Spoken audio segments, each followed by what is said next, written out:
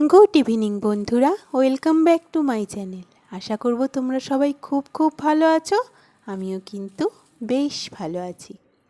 তো সন্ধেবেলা চলে এসেছি, আর ছট পুজোতে যেই ডালাটা দিয়েছিলাম সেই ডালার মধ্যে যে নারকেলটা ছিল সেই নারকেলটা আজকে খেয়েছি কেটে সবাই মিলে।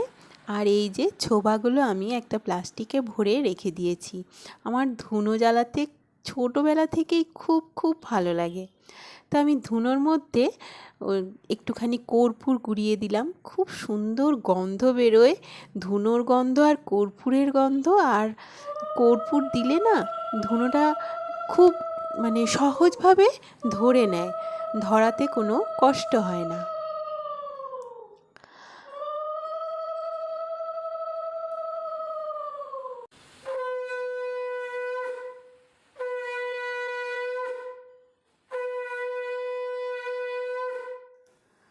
তো চলো, আজকে কিন্তু ভিডিওটা একটু দেখতে তোমাদের অসুবিধাই হতে পারে, কারণ আমি যে স্ট্যান্ডটায় ভিডিও করতাম সেই স্ট্যান্ডটা আমার না ভেঙে গেছে। পরে সেটা দেখাচ্ছি, তার আগে তোমাদেরকে কয়েকটা টিপস দিই, বাস্তু টিপস। এই দেখো, ঝাড়ু রান্নাঘরে কখনো ঝাড়ু রাখতে নেই। ঝাড়ু এমন জায়গায় রাখতে হয় যেখানে সচরাচর চোখ পড়ে না, একটু আড়ালে রাখতে হয়। আর ঝাড়ু কিন্তু কখনো পা দিয়ে ঠেলতে নেই, পা লাগাতে নেই ঝাড়ুতে। ঝাড়ু খুব শুভ জিনিস, ওই কারণে কিন্তু ধনতেরাসে ঝাড়ু কিনতে হয়। ঝাড়ু কেনা খুব শুভ, তাই ঝাড়ুতে কখনো পা লাগাতে নেই। একটা সাইডে এমনভাবে রেখে দেবে যেখানে চোখে পড়বে না, আড়ালে থাকবে। আর রাতে শোয়ার সময়, আমরা তো শীতকালে প্রায় সবাই বাড়িতে চটি পরি, তো সেই স্যান্ডেলগুলো কিন্তু শোয়ার সময় খাটের নিচে, বিছানার নিচে কখনো রাখতে নেই। সব সময়, যেহেতু আমরা সব সময় পরে থাকি আর ঘুম থেকে উঠেও লাগে, তাই ঘরেই রাখবে, কিন্তু অন্য জায়গায় একটু কোণার দিকে রাখবে, যেমন দরজার পেছনে বা অন্য কোণার দিকে রাখবে, বিছানার নিচে রাখবে না। তারপরে এই দেখো, এই যে ফাটা যে বাসনপত্র কিন্তু ব্যবহার করতে নেই। আমার এই জিনিসগুলো দেখো একটু একটু করে ফেটে গেছে, সব কটা দেখেছো, সব কটাই একটুখানি ফেটে গেছে, ভেঙে গেছে। আর কড়াইটা ফুটো হয়ে গেছে, হালকা একটু ফুটো হয়েছে, একদম হালকা হয়ে গেছে। তো এইগুলো আমি দোকানে দিয়ে এক্সচেঞ্জ করে জিনিস নিয়ে আসবো।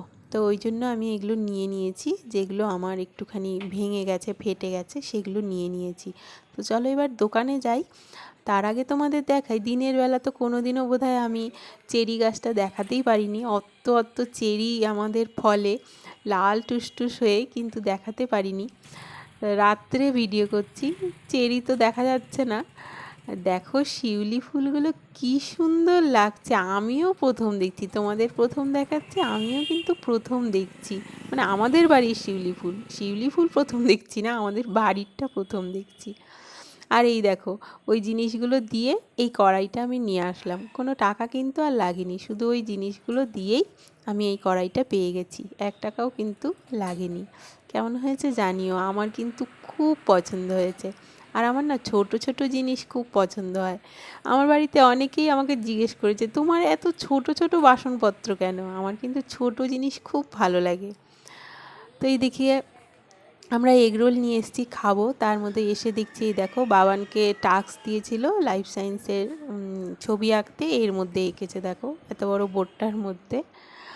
তো চলো এগরোল নিয়ে এসেছি, খেয়ে নিই। বাবান খেতে শুরু করে দিয়েছে, খুব খুশি। ও বাইরের ফাস্ট ফুড খুব ভালোবাসে, আমি একদমই পছন্দ করি না, একদমই পছন্দ করি না। আর ও তেমনই, অতিরিক্ত পছন্দ করে।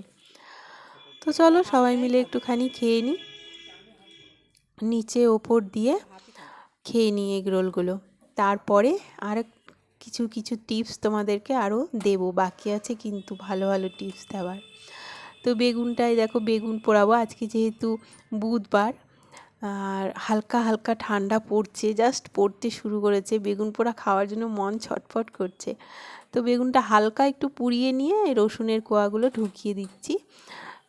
রসুনের কোয়াগুলো হাতের মধ্যে তা লেগেছে, তো রসুনের কোয়াগুলো ঢুকিয়ে দিলাম, ওগুলো পুড়ে যাবে। দারুণ লাগে রসুনের কোয়াও পুড়িয়ে বেগুনের সাথে মাখলে।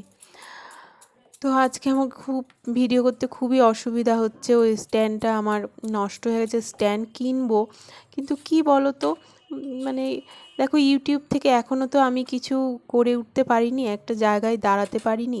ইউটিউব থেকে কিছুই পাই না এখনও, না পেলেও কিছু মানে ইউটিউবের জন্য কিছু খরচ করতে আমার প্রচণ্ড গায়ে লাগে, লজ্জাও করে। মানে বরকে বলবো, কিছুই তো হচ্ছে না, তার মধ্যে এটা কিনবো ওটা কিনবো ইউটিউবে ভিডিও করার জন্য বলতে, না আমার কিন্তু খুব খারাপ লাগে, লজ্জা করে।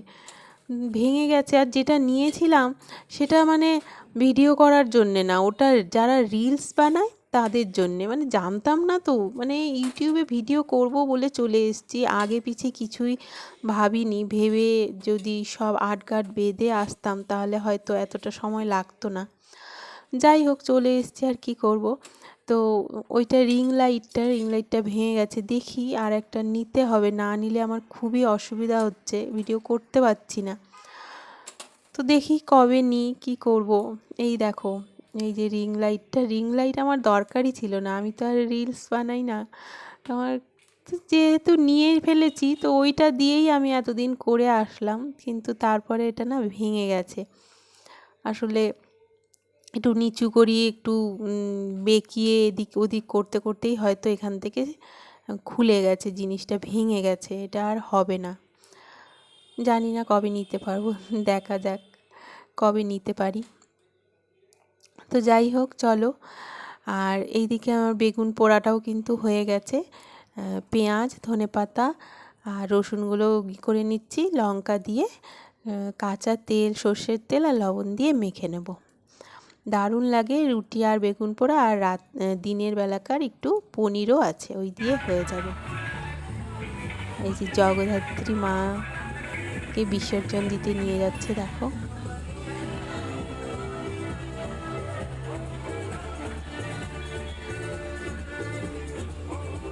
কি সুন্দর লাগছে না, জগদ্ধাত্রী প্রতিমা দেখতে আমার খুব ভালো লাগে। তো চলো, আমাদের খাওয়া দাওয়া শেষ হয়ে গেল, এইবার একটুখানি নিজের রূপচর্চা। দেখো, যত প্রাকৃতিক জিনিস ইউজ করবে, ব্যবহার করবে, তত তোমার স্কিন বলো, চুল বলো, দীর্ঘদিন ভালো থাকবে, বয়সটা ধরে রাখতে পারবে। বা দামি দামি প্রোডাক্ট ইউজ করলে কি বলো তো, কিছুক্ষণের জন্য, কিছুদিনের জন্য তুমি গ্লোয়িং ত্বক পাবে অবশ্যই, কিন্তু আলটিমেটলি অবশেষে কিন্তু দেখবে স্কিন একদম মানে খুব তাড়াতাড়ি বাজে হয়ে যাচ্ছে, আর সেটা কিন্তু আর রিকভারি করার কোনো জায়গা থাকবে না। যত প্রাকৃতিক জিনিস ব্যবহার করবে, তত তুমি বয়সের ছাপ তো পড়বেই একটা সময় আসলে, কিন্তু তত তুমি বহুদিন প্রাকৃতিক জিনিস ব্যবহার করলে বহুদিন তুমি তারুণ্যতাটা ধরে রাখতে পারবে, বয়সটা ধরে রাখতে পারবে। তো আমি দেখো অ্যালোভেরার জেলটা বার করে নিয়ে ওর মধ্যে দিয়ে দিলাম 1/2 চামচ গ্লিসারিন আর 6-7 ফোঁটা টি ট্রি অয়েল, আর এই যে একটা ভিটামিন ই ক্যাপসুল দিয়ে দিলাম। তোমরা 2-3টে দিতে পারো, আমার স্কিনটা বেশি ড্রাই না, ওই কারণে আমার বেশি ভিটামিন ই দিতে পারি না, আমি মুখে ব্রণও বেরিয়ে যায়। তোমরা তোমাদের স্কিন যদি খুব ড্রাই হয় তোমরা দিতেই পারো। তো খুব ভালো করে আমি মিশিয়ে নিয়ে, আর একটা পাতাই দিলাম, কারণ এটা কাচের কন্টেনারেই রাখা খুব ভালো। তো ও ছোটো যেহেতু আমার কন্টেনারটা, 2টো পাতা দিলে আর ধরতো না, ওই কারণে আমি একটা পাতা রেখে দিলাম, একটা পাতাই দিয়েছি। এইগুলো ব্যবহার করলে স্কিন বহুদিন, বহু বছর অবধি মানে স্কিনের যে তারুণ্যটা ধরে রাখতে পারে, বয়সের ছাপটা পড়তে দেরি হয়। তো এটা আমি ফ্রিজে রেখে দেবো, এটা প্রত্যেক দিন বার করে করে মাখবো। আর আমার কড়াইটাতে আমি প্রথম আমার জিনিসটাই করি, চুলের যত্ন। তো এই দেখো, নারকেল তেলটা পুরোটা ঢেলে নিলাম, আমার তেলটা শেষ হয়ে গেছে, আমি তো এটাই ব্যবহার করি। তার মধ্যে কালো জিরে আর মেথি গুঁড়ো দিয়ে দিলাম, আর দিয়ে দিচ্ছি হচ্ছে কারি পাতা, নিম পাতা আর তুলসী পাতা, ভালো করে ধুয়ে শুকিয়ে নিয়েছিলাম, ওইটা দিয়ে দিলাম। আর দিয়ে দিলাম এটা হচ্ছে অ্যালোভেরার জেলটা, আর হচ্ছে আমলকি কুচিয়ে দিয়েছি, 3টে আমলকি কুচিয়ে দিয়েছি, ছোটো ছোটো আমলকি। তার মধ্যে দিয়ে দিলাম 3-4টে লাল জবা ফুল। এই সব ইনগ্রিডিয়েন্টসগুলো চুলের জন্যে, স্ক্যাল্পের জন্যে খুব খুব উপকারী। খুশকি হবে না, চুল পড়বে না, চুলের গোছ বাড়বে, তারপরে সাদা চুল মানে কালো হয়ে যাবে, চুল সাদা পাকবে না তাড়াতাড়ি। অনেক অনেক উপকারিতা। এই দেখো বাবান ওইটা ছেড়ে দিয়ে আরেকটা এঁকেছে, ওটা মুছে নিয়ে। তো চলো তারপরে এর মধ্যে এবার আমি একটুখানি হালকা উষ্ণ গরম তেলটা তুলে নিয়েছি, তার মধ্যে 2টো ভিটামিন ক্যাপসুল দিয়ে দিলাম, আর দিয়ে দেবো 1 চামচ ক্যাস্টর অয়েল। ক্যাস্টর অয়েল আর ভিটামিন ক্যাপসুল, আর দিয়ে দিলাম হচ্ছে টি ট্রি অয়েল 5-6 ফোঁটা। সব এখন আমি ভালো করে মিশিয়ে নিয়ে খুব সুন্দর করে একদম আমি ম্যাসাজ করে নেব নিজের হাতে, অয়েল ম্যাসাজ। এটা দেওয়ার পরে মাথাটা যেমন ঠান্ডা হয়, চুলগুলো এত সফট হয়ে যায়, এত সফট হয়ে যায়, মানে কি বলবো, না দিলে তোমরা বিশ্বাস করবে না।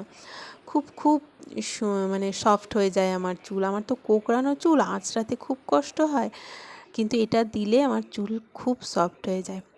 তো যাই হোক, আজকের ভিডিও আমি এখানেই শেষ করব। দেখা হচ্ছে নেক্সট ভিডিওতে আরও অনেক অনেক সুন্দর সুন্দর টিপস নিয়ে। তোমাদের কেমন লাগলো জানিও, যদি ভালো লেগে থাকে তাহলে প্লিজ একটা লাইক দিও, আর যারা আমার নতুন দর্শক তাদের জন্য অনেক অনেক ধন্যবাদ।